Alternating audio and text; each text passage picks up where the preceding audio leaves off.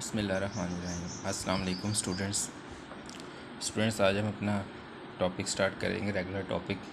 कल हमने जो है इंट्रोडक्शन पढ़ा था मैकेनिक्स का। तो स्टूडेंट्स, आज हमने जो स्टार्ट करना है हमने चैप्टर, वो है हमारा काइनेमेटिक्स।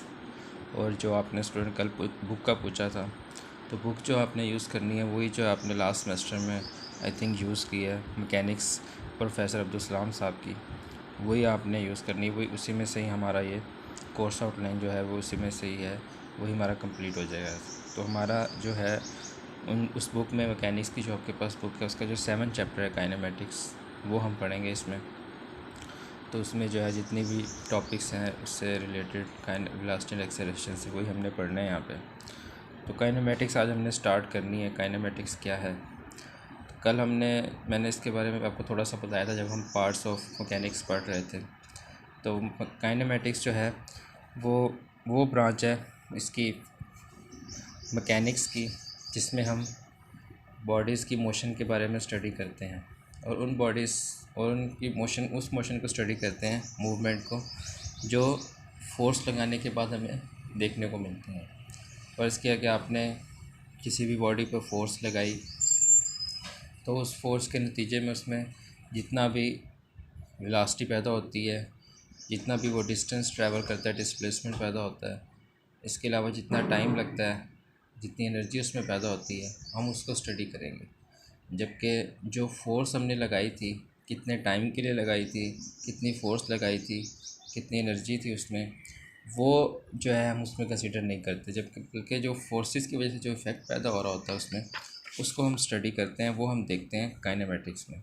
कि जबकि जो काइनेटिक्स था हमारा, वो यही था, इसकी ब्रांच जो थी वो उससे रिलेटेड थी कि आपने जब फोर्स लगाई तो उसमें कितनी जो है हमने फोर्स लगाई और क्या क्या उसमें कितने टाइम के लिए लगाई और कितनी एनर्जी की लगाई, वो भी हम उसमें देखते थे। ठीक है। जबकि जो हमने काइनेमेटिक्स पढ़ना है उसमें सिर्फ हम देखेंगे कि उस फोर्स की वजह से उसमें कितनी वेलोसिटी पैदा हुई, एक्सेलरेशन, टाइम, कितना टाइम लगा उसको मूव करने में, कितना उसने डिस्प्लेसमेंट कवर किया, ये सारा हमने काइनेमेटिक्स में पढ़ना है। तो फिर काइनेमेटिक्स की जो डेफिनेशन है वो क्या होगी?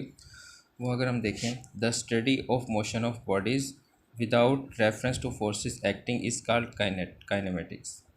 तो बॉडीज़ की मोशन की स्टडी जिसमें हम फोर्सेस के रेफरेंस के बगैर हम उसको स्टडी करते हैं, वो हमारी क्या कहलाती है? ब्रांच मैकेनिक्स की काइनेमेटिक्स कहलाती है। ठीक है। तो काइनेमेटिक्स ये तो हो गया काइनेमेटिक्स। आगे हमने जो इसका पहला जो टॉपिक है जो हमने स्टार्ट करना है वो हमारा है वेलोसिटी। वेलोसिटी हमने पढ़ना है। तो वेलोसिटी आप पहले पढ़ चुके हैं इसके बारे में डिटेल में। बचपन से ही हम जो है 9-10 से जब स्टार्ट करते हैं तो इसके डेफिनेशंस के बारे में आता है। इसको अब जो है हमने डिटेल में इसके पढ़ेंगे, इसको कंपोनेंट्स के बारे में। तो वेलोसिटी होता है क्या है? The rate of change of displacement is called velocity. जितना भी कोई बॉडी डिस्प्लेसमेंट कवर करती है टाइम के लिहाज से, तो वो हमारा वेलोसिटी कहलाता है। तो वेलोसिटी जो है आपको पता है एक वेक्टर क्वांटिटी है। इसमें जो है हम मैग्नीट्यूड के साथ साथ डायरेक्शन भी देखते हैं। वेलोसिटी में जो है वेक्टर क्वांटिटी है, तो इसी वजह से इसको हम जो एक्सेलरेशन से के साथ इसको जो सा है इसको हम उसी से रिलेटेड हम इसको पढ़ते हैं।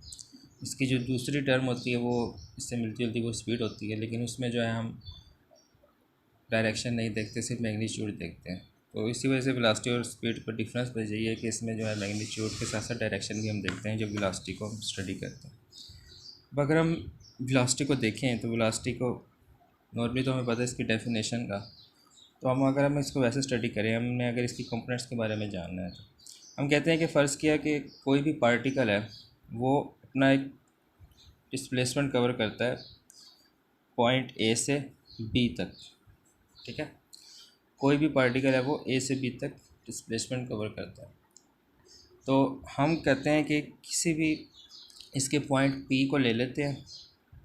फ़र्ज़ किया कि कुछ टाइम के लगने के बाद वो पॉइंट पी पर पहुंच जाता है, और इस पॉइंट पी पर जब वो पहुंचता है कुछ टाइम गुजरने के बाद, तो हम इस पॉइंट पर उसकी वेलोसिटी फाइंड आउट करना चाहते हैं। ठीक है। तो इस वेलोसिटी को हमने फाइंड आउट करना है। तो पॉइंट पी पर जो अगर हम इसकी वेलोसिटी फाइंड आउट करें तो फिर हम वो कैसे फाइंड आउट करें?